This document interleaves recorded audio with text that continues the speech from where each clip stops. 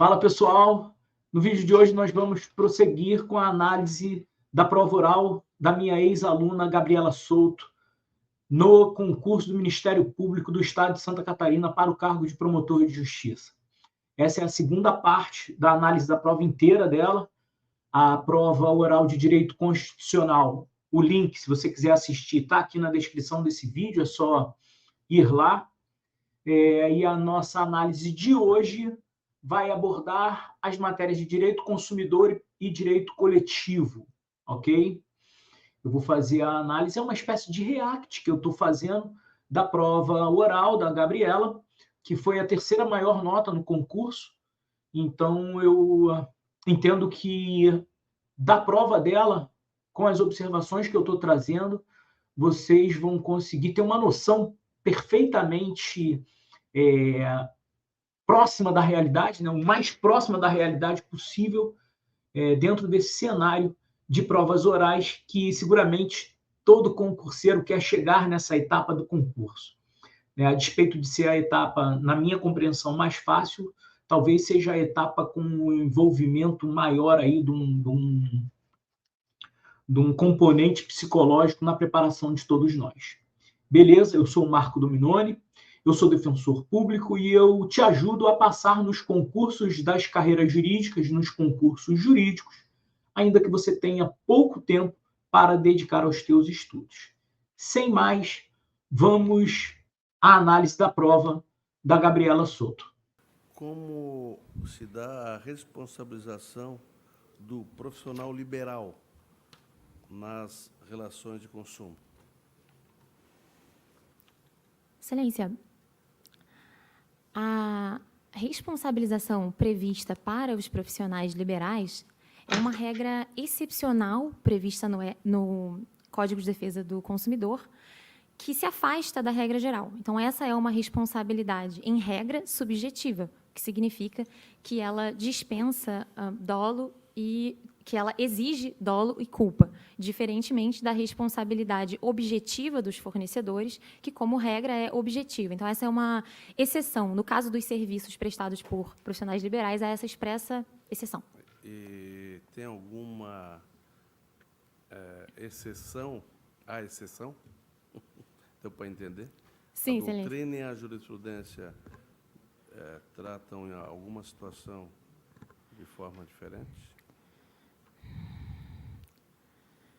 Excelência, me recordo que, com relação à prestação de serviços médicos, há uma relação entre a responsabilidade do médico e a responsabilidade do estabelecimento, e haveria, ainda assim, a responsabilidade subjetiva com relação ao serviço médico. Mas há uma inversão no que diz respeito ao ônus. Então, o profissional liberal, no caso do médico, deve provar que prestou as informações e que o paciente tinha condições de, então, consentir com o procedimento médico, então inverte-se o ônus. Não, perfeito.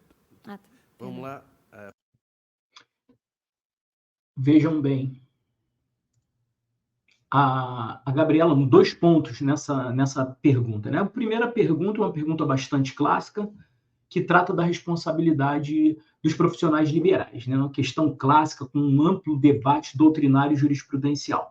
Mas eu não sei se vocês atentaram, num determinado momento, a Gabriela identifica um erro e ela imediatamente corrige. Eu vejo muitos candidatos se sentindo constrangidos em corrigir um erro que eles mesmos identificaram. Não tenham esse constrangimento.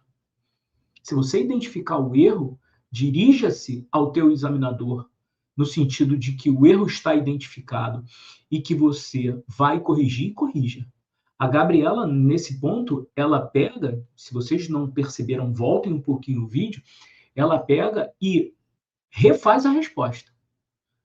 Então, assim, isso é absolutamente possível e desejável durante a prova, ok?